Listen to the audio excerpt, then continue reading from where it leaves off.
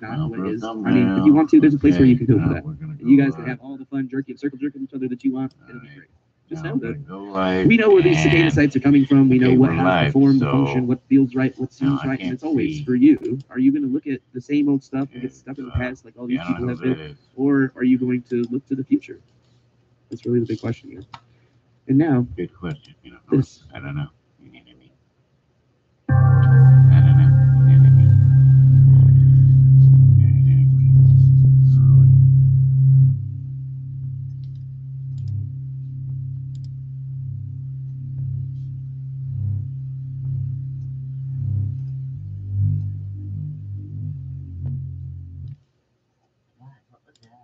Yeah. Oops, I can't hear him now. What's up with that? Oops, I can't hear you, Jack. What happened, Jackie? You lost your sound. No, sorry. Carolina supported Charles. What's that? This will be funny, though. If we can, this stuff isn't hard to figure out if you listen to guys. Mark in Manhattan. I'll just let people come in for a second. I just thought we'd do a follow-up. I did it, and I was having coffee and looking at people's questions. How's everybody doing this morning? He said some coffee. So I did a few things on my Twitter timeline, and some of the stuff I'm going to say you can just find there if you question it. There's a number of questions. I guess maybe I should be more patient with people sometimes. So sometimes people will, like, here's an example of the kind of thing maybe I should be more patient with. So one of the things maybe I should be more patient with is people go, well, you know more than the intel agencies? You know more than the intelligence agencies?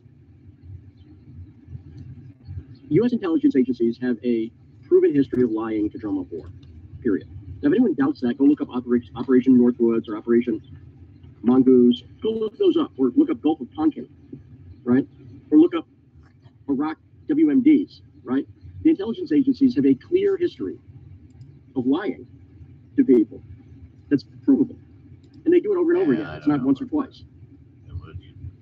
And they haven't cleaned house. This is what the deep state is, right? So therefore, this one's actually pretty easy. So President Trump and the intelligence agencies have intelligence you don't have. No. Maybe. I don't know. They probably have intelligence you don't have, and they're not telling it to you because it doesn't fit the narrative that they're promoting. So maybe I should be more patient with people on that and say, look, this is not an issue of factual dispute. This is very clear what's going on. By the way, it's shaping up to be a lovely day in Manhattan. So look how pretty Bryant Park is right now. Lovely, right? Okay. So I got to position myself a little better. What's going on with this? It's very easy. You just follow the money. And as I point out, it's Soros money, it's Saudi money, it's Israeli money. The Israeli money comes in, who are the biggest donors to the Democrats and the Republicans. It's Haim Saban and Sheldon Adelson. Go look it up. Their allegiance is more to Israel than it is to any party. They don't have any allegiance to parties, really. If you doubt that, you might doubt that, right? Because that sounds a little harsh. Go look up the Bob Menendez trial that happened just across the river in New Jersey, right? Where Bob Menendez, Democrat senator, was on trial. Who came to his defense? Not just Lindsey Graham, although he did, but Sheldon Adelson ponied up money. Go look at it. He's a Republican donor. Why would you help Menendez as a Democrat? Okay.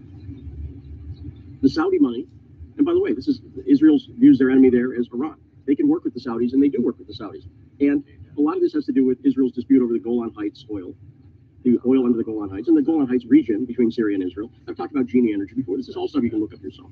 The other obvious one here is the Soros money. These groups that are coming out and that are saying that there's proof of this chemical attack, almost all of them that you can find are directly funded by George Soros' Open Society Foundation. Soros is a business partner of Jared Kushner, who was also pushing the war, and a former business partner of Treasury Secretary Steve Mnuchin. And I posted all that. This is not, and none of this is in doubt. Not a single thing I'm saying is in doubt. It's all clear and on the record. So that's why you see all these Russia sanctions coming out of Mnuchin's Treasury Department. So then the question you have to ask yourself is, did you vote if you supported Trump? Right? Did you support Trump so you could get a pro-Sharia, pro-Soros foreign policy? Because if you did, if not, then you should be questioning why you're getting one. You shouldn't be defending it in any way. You shouldn't be defending it. That's what you should be doing. Now, by the way, just the fact that the funding came from Soros doesn't make it wrong. People also, and again, maybe I should be more patient with people in this. Let me explain. Saying someone's funded by someone doesn't make them right or wrong, but it helps explain the false facts that come out. So, for instance, people jump in there, well, you work for Sputnik, you work for Russia. Okay. So every time I say, well, dispute a fact that I'm saying. Because here's what it is. If you found I was saying lies, and they always benefited Russia, like if you ran down the facts I was saying. So I said, for instance, Soros is funding the group that said this. Let's say, I'll give an example. Let's say you questioned whether Soros had loaned money to Jared Kushner, millions.